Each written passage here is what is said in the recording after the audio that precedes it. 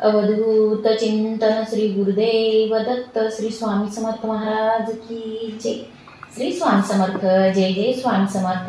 स्वामी तू माझा आधार या आपल्या चॅनलमध्ये सर्वांचं खूप खूप मनापासून स्वागत करते। तर आज मी तुम्हाला ईश्वराला नैवेद्य का दाखवला जातो आणि ईश्वराला नैवेद्य दाखवण्याचे काही नियम आहेत का याविषयी माहिती सांगणार आहे। तर बघा, ईश्वराला म्हणजेच मंदिरातील देवी देवतांसमोर खाद्यपदार्थ ठेवले जातात, त्यालाच नैवेद्य असे म्हणतात।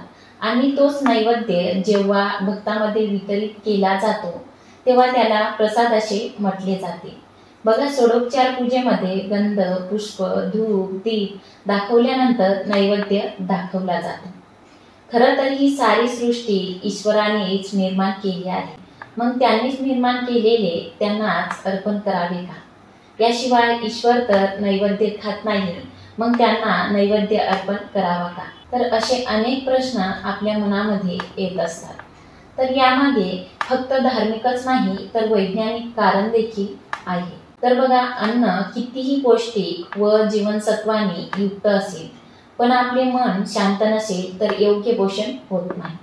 ईश्वराला नैवेद्य दाखवताना आपले मन शांत होते आणि सात्विक विचारांनी भरून जाते आणि त्यानंतर जेवण केल्यानंतर अर्थातच खाल्लेल्या अन्नाचे पोषण होते आणि शरीर निरोगी राहते, म्हणून ईश्वराला नैवेद्य दाखवला जातो। तर आता ईश्वराला नैवेद्य दाखवण्याचे काही नियम आहेत का जाणून घेऊया।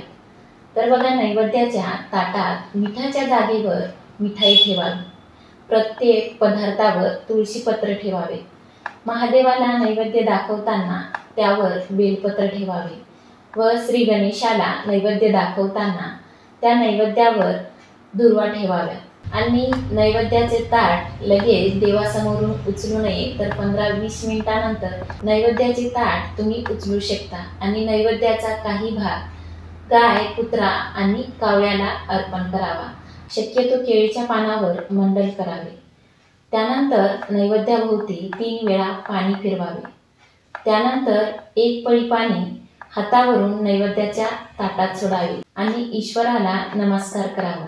तर अशा पद्धतीने देवी देवतांना नैवेद्य दाखवला जातो। तर तुम्हाला यावरून कळालेच असेल की देवी देवतांना नैवेद्य का दाखवला जातो आणि नैवेद्य दाखवण्याचे नियम कोणते। तर आशा करते की ही छोटीशी माहिती तुम्हाला नक्की आवडली असेल। तर तुमचे काही प्रश्न असतील तर नक्की कमेंट करून सांगा आणि या व्हिडिओला नक्की लाईक करा।